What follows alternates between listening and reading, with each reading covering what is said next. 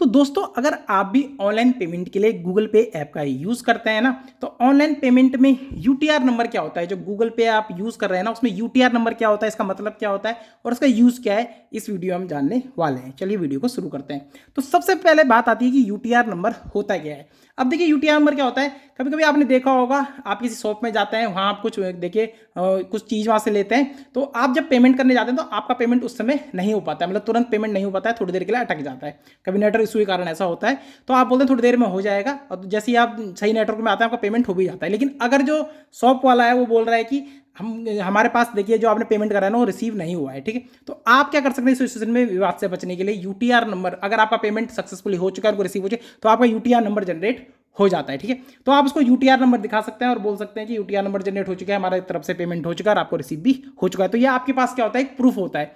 तो आपको ये यूटीआर नंबर निकालना कैसे, जैसे आप किसी विवाद में फंस रहे हैं कि कोई बोल रहा है कि हमारे पास जो आपने पेमेंट भेजा ना आपके हमारे पास आया ही नहीं है, तो यूटीआर नंबर आपको निकालना कैसा है, चलिए मैं आपको बताता हूँ अब। तो सबसे पहले आपको गूगल पे ऐप यहाँ पर क्या करनी है, ओपन कर लेनी है, ठीक है।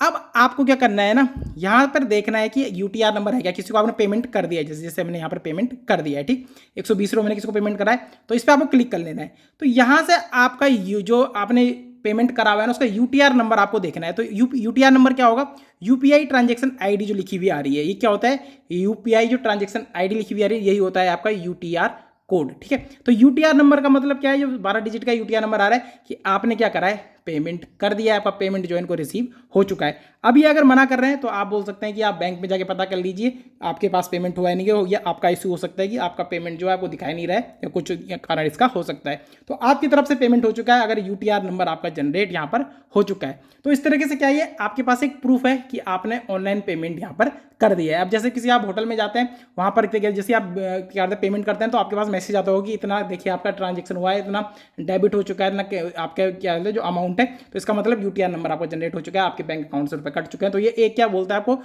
आपको एक तरफ से प्रूफ देता है कि आपके बैंक से ट्रांजेक्शन हुआ है। तो इस तरीके से अगर कभी आप इस मुश्किल में फंसते हैं कि कोई मना कर रहा है कि आपने पेमेंट नहीं करा है, तो आप यूटीआर नंबर का यूज कर सकते हैं और यहाँ पर क्या कर सकते हैं, प्रूफ दे सकते हैं कि हमने पेमेंट कर दिया है। तो आई होप दोस्तों अब आपको पता चल गया होगा गूगल पे में यूटीआर नंबर क्या होता है, इसका यूज क्या है और किस तरीके से आप यूटीआर नंबर गूगल पे से निकाल सकते हैं। तो दोस्तों वीडियो पसंद आए तो वीडियो को लाइक जरूर करिएगा, चैनल पर नए हैं तो चैनल को सब्सक्राइब भी कर दीजिएगा। तो चलिए दोस्तों मिलते हैं नई वीडियो में बहुत ही जल्द टेक यू के 08 में।